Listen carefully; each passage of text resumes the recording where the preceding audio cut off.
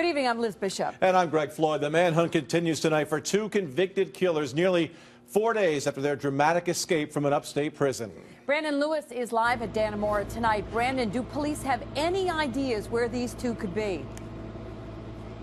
Greg and Liz, not at this point, at least not that they're releasing publicly. State police say up to this point they've received more than 300 tips from the public, but so far none of them have panned out. All evening long, we've seen caravans of local and federal officials coming to the prison to aid in this investigation as residents in this small community continue to look over their shoulders. There are nearly as many inmates in the Clinton County Correctional Facility as there are people in the village of Dannemora.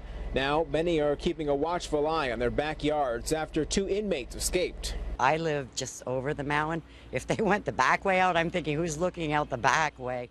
Because that comes out into my backyard. Richard Matt and David Sweat led the first prison break from the facility's maximum security wing since it opened in 1865. CNN reports they may have had help from a female employee who is being questioned but is not under arrest. It's kind of sad when you think about it that somebody could have helped them. Apparently they've never been experienced with people getting killed.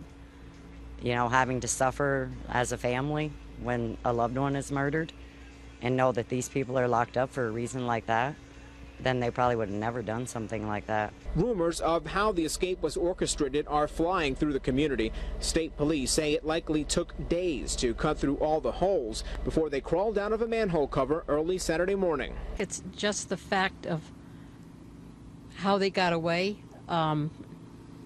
It would be nice to know they've been caught, but they're not a threat to me. I guess that's the main thing. They're going to be to somebody, obviously, but I think they're long gone. There's not too far they can run and hide. They will get caught, but they definitely got a good head start, and they had it planned really good. Surprising. I didn't think that it was possible to get out of there. And nearly 400 state police officers and correctional officers are in this area assisting with the investigation throughout this community. There are checkpoints like the one that you see behind me, checking trunks and going through checking IDs, looking to make sure that these inmates aren't anywhere nearby. We're live in Dannemora tonight. Brandon Lewis, CBS 6 News at 10.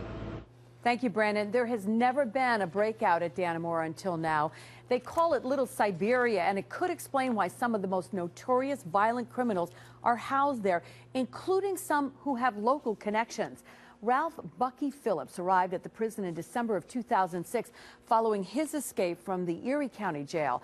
The career criminal from Western New York had killed a state trooper and wounded two others during his 5 months on the lam. Phillips is serving a life sentence, and reports say while at Clinton Correctional, he tried to stuff clothes to look like a dummy as part of an escape plan, and as a result, he's reportedly kept in a cell that officials have called a prison within a prison.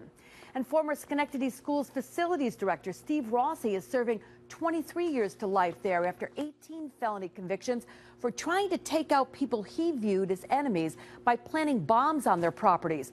Rossi will be 83 when he's eligible for parole. And 31-year-old Christopher Porco of Del Mar is imprisoned there for killing his father and mutilating his mother with an axe. Porco was originally sent to Fishkill and was then moved to Dannemora in 2007. He'll be eligible for parole in December of 2052.